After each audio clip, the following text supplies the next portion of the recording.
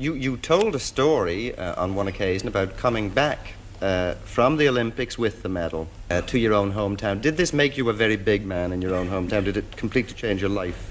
Well, made me popular for a few days, but I wanted to do something good with it. So I went downtown. At the time, black people was marching to eat in the white restaurants, and they wanted rights to go where they wanted to.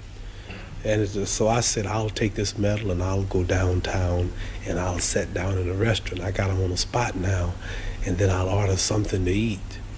And I went down and I had my medal on, and the lady was looking, and I said, I'd like a cheeseburger.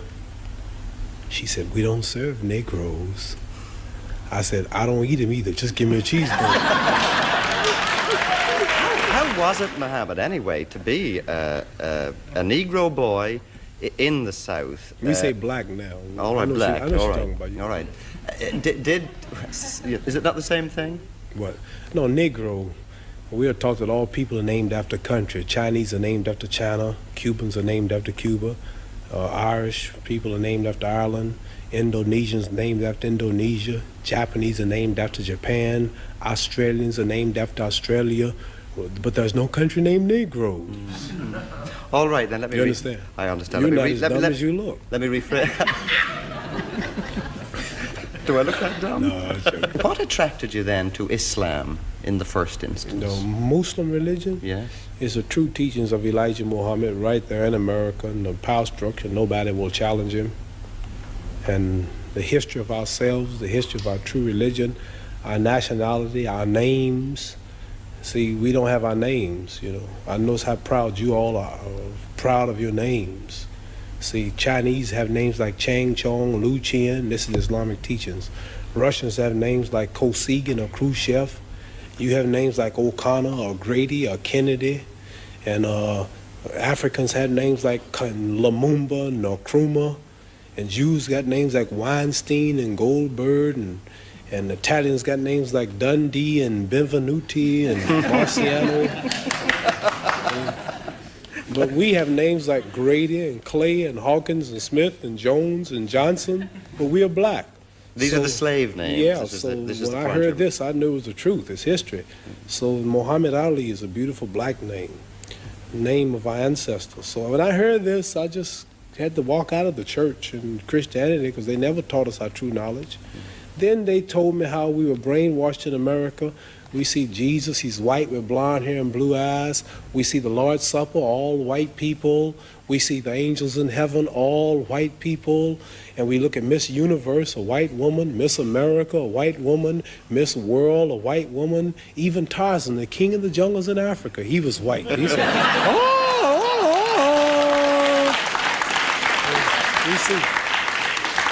We see a white man swinging around Africa, with a diaper on.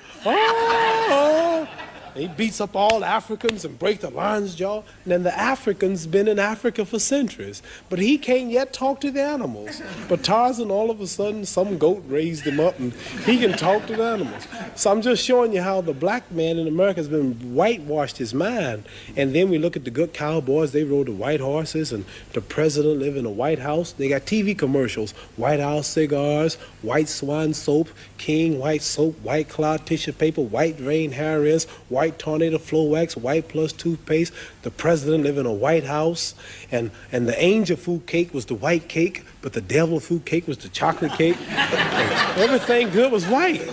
And when I heard this, I said, boy, this is the truth. So our religion teaches us the knowledge of ourselves, the knowledge of our culture, the knowledge of our history, makes us want to be with our own, marry our own, live with our own, clean up ourselves, do for self, quit forcing ourselves in white neighborhoods, but clean our own neighborhoods, makes us proud, makes us identify with our own brothers throughout the world. And after I heard this, being an intelligent man, then like I'm not only a winner in boxing or my stand on the draft, I'm a winner also in the movement that I follow for my people. And the only leader is Elijah Muhammad, who we believe was taught by Allah, God himself, to teach the so-called American Negroes the truth that's been hidden from them for 400 years, which will free them. Elijah Muhammad has said something which perhaps a lot of us white people have misunderstood.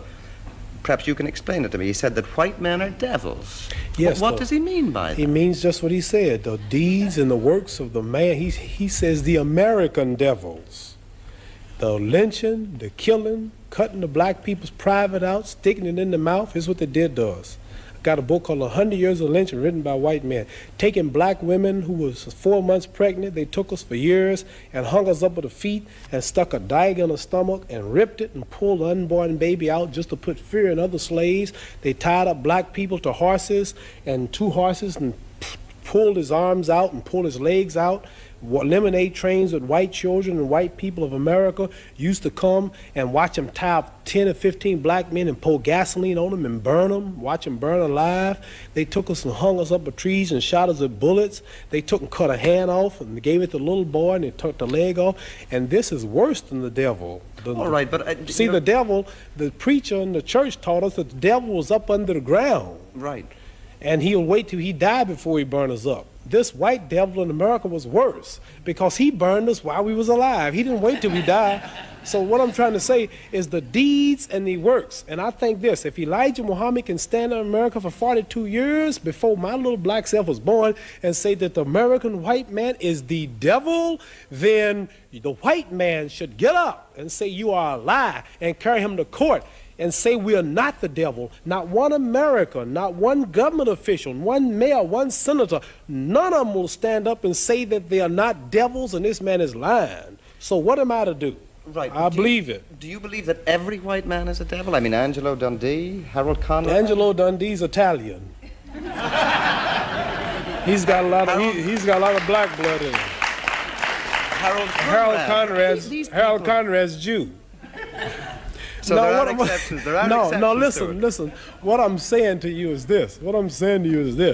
I'm saying that Elijah Muhammad, our leader, teaches us this, and I believe everything he say. So it's not for me to prove that. You must remember, you have not lynched me. It wasn't the Germans that did this to us. It wasn't the white Canadians who's right on our border. He put emphasis on the American devils. He's missioned to America by God to preach the truth. So what I'm saying, let's say we got one white fellow in America who has proved that he means right. Let's say we got another one. White people have died in demonstrations for black people. Now, here's the position I'm in. Here's 10,000 whites coming to kill me. And in those 10,000, or let's say here's 10,000 rattlesnakes coming to bite me. And in those 10,000, there was 1,000 that didn't mean no harm. And I knew there was a good 1,000 snakes out there, but they all look alike. Now, what should I do? Should I keep the door open and let the 10,000 in, hoping that the 1,000 will unite and save me and one bite will kill me? Or should I just be safe and shut the door? So we have white people say, I mean right. I have a black husband. Oh, my children are black. I love everybody. I really believe you. But I'm sorry, man, there's 10 more thousand behind you that don't feel that way. I'm just sorry, but what am I going to do?